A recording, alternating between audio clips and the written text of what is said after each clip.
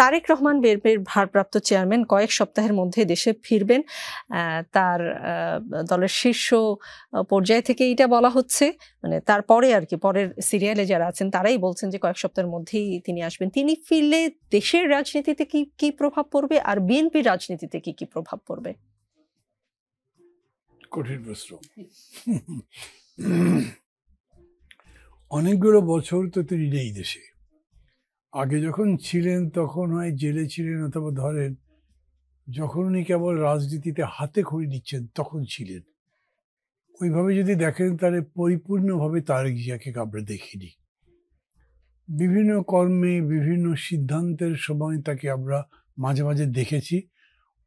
ওই দেখাটা মানে পরিপূর্ণ হয় না। তবে ওভার দ্য ইয়ার্স এখন মনে হচ্ছে যে সব শেষের দিকে, ধরেন 5ই আগস্টে গত বছর পরিবর্তনের পরে ওনার স্টেটমেন্টগুলো যেগুলো উনি দিচ্ছেন, যে বক্তৃতাগুলো করছেন, সেগুলো আগের চাইতে রিলেটিভলি ম্যাচিউরড। এবং মানে এখন এই ম্যাচিউরিটির জন্য আপনি কাকে যে মানে অ্যাট্রিবিউটটা দেবেন সেটা তো বোঝা মুশকিল। রিটার্ন হতে পারে, সবাই মিলে তৈরি করে দিতে পারে, ওইটা সবার মিলিত জ্ঞানের বা অভিজ্ঞতার ফসল হতে পারে। উনি নিজে এরকম করে একটা প্রক্রিয়া পদ্ধতির মধ্যে দিয়ে যান নেই, ফলে ওরকম করে বলা যাবে না। আমি যেটা অবজার্ভ করেছি সেটা আপনাকে বলি, অনেক বড় দল হয়ে গেছে এখন বিএনপি।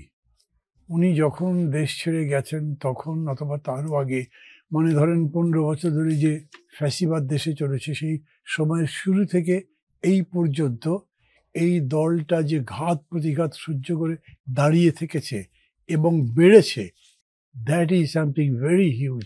আমি বলবো যেটা মানে অনেক বড় কৃতিত্বের দাবিদার হতে পারে।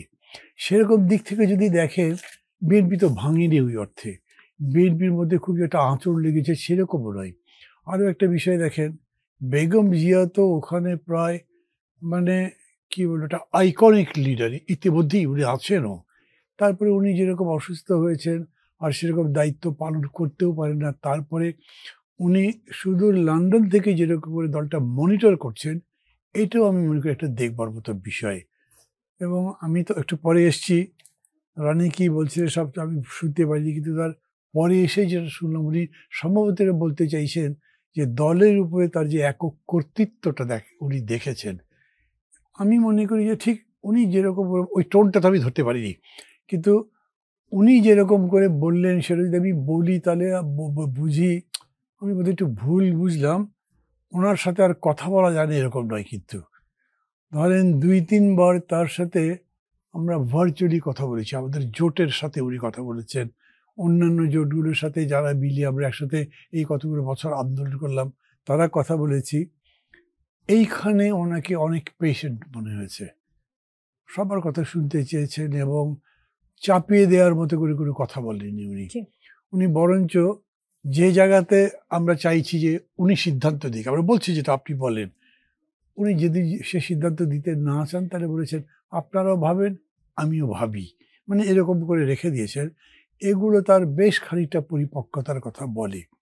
কিন্তু যদি ধরেন 5 আগস্টের পরিবর্তনের পরে বা ওই পরিবর্তনের আন্দোলনের মধ্যে দিয়ে যে আকাঙ্ক্ষাটা তৈরি হয়েছে মানুষের মধ্যে, সেটাও তো অনেক বড়।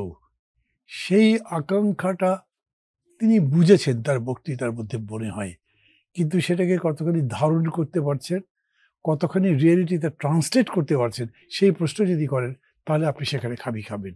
কারণ উনি মানে বলেন যে তাদের দলের নেতারা বলে 3000-4000 নেতা কর্মীকে বহিষ্কার করেছেন, কিন্তু চাঁদাবাজি কি থেমেছে? আগের চাইতে কমেছে, আগের চাইতে দখলদারিত্ব হয়তো কমেছে, কিন্তু আমাদের জাতীয় রাজনীতির মধ্যে কিন্তু একটা ব্যাপার আছে। এখন সাদা পাথর বা বালু দখল করবার জন্য তখন দেখবেন এত কিছুর পরে আওয়ামী লীগ বিএনপি অন্য পার্টির সব এক হয়ে গেছে, যে আওয়ামী লীগের কোনো অ্যাক্টিভিটি নাই। ওটা খুব সহজ কাজও নয়। উনি নাকি এরকম বলেন যে এটা তো এখনই পারবো না, যদি কখনো ক্ষমতায় যাই তাহলে এটা ঠিকই কন্ট্রোল তাহলে হয়তো। জি জি, গোলাম মাওলা রনি ওরকম একটা ইঙ্গিত দিয়েছেন, এখনই হয়তো পারবেন না, এটা তার জন্য খারাপও হতে পারে। কিন্তু আমরা যেটা শুনেছি এর আগে, তার দলের দু একজন বলেছেন যে আইন শৃঙ্খলা পরিস্থিতি আসলে তার আসার মতো উপযোগী নয় এখনো, সেই কারণে তিনি আসছেন না। কিন্তু এখন যে আইন শৃঙ্খলা পরিস্থিতি দেশের, তখন যখন বলেছেন তার চেয়ে আসলে আপনি নিজেও আজকে সকালে প্রেস ক্লাবে বলেছেন যে দেশ গভীর সংকটে রয়েছে, কাজে এখন আইন শৃঙ্খলা পরিস্থিতি কি আমরা ধারণা করতে পারি? দেশের এই অবস্থায় তার আশাটা কি করে বিএনপি নিরাপদ মনে করছে বা তিনি নিরাপদ মনে করছেন? এটা কি কোনো ইঙ্গিত যে তিনি যদি কয়েক সপ্তাহ পরে আসেন, ধরে নিলাম সেটা ১ মাস পরে আসতে পারেন, ১.৫ মাস পরে আসতে পারেন, তখন আইন শৃঙ্খলা আরেকটু বেটার হবে, এটা বিএনপি আগে থেকেই জানে? আমি প্রেস ক্লাবে যে সংকটের কথা বলেছি, সেই সংকটের সাথে ওনার আশা না আসার কোনো সম্পর্ক নেই।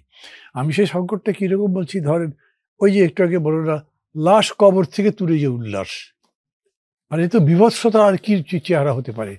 কিন্তু এইটার কারণে উনি আসতে পারবেন না বা আসতে পারবেন তা তো বোঝায় না।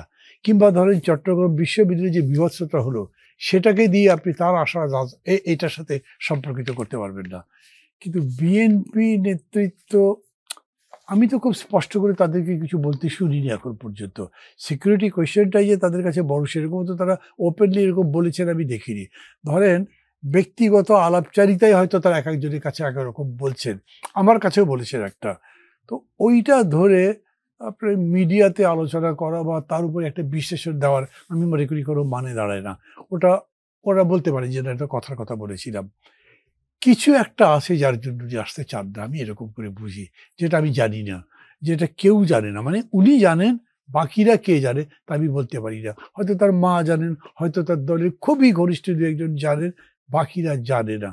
যদি সাধারণভাবে বলেন যে আইন শৃঙ্খলা পরিস্থিতি কি তার না আসার মতো কোনো কি একটা বড় ষড়যন্ত্র হতে পারে, এখন ধরেন অনেকগুলো স্ট্রাইপার রেডি করা আছে, যদি নাম্বার সাথে সাথে অথবা ১০-১৫ দিনের মধ্যেই তাকে স্ট্রাইপিং করে মেরে ফেলা হবে, তো ওই খবর তো আপনি বলতে পারবো না। সেই রকম পরিস্থিতি থাকতেও পারে, জি। সেরকম পরিস্থিতি মোকাবিলা করা যেতে পারে।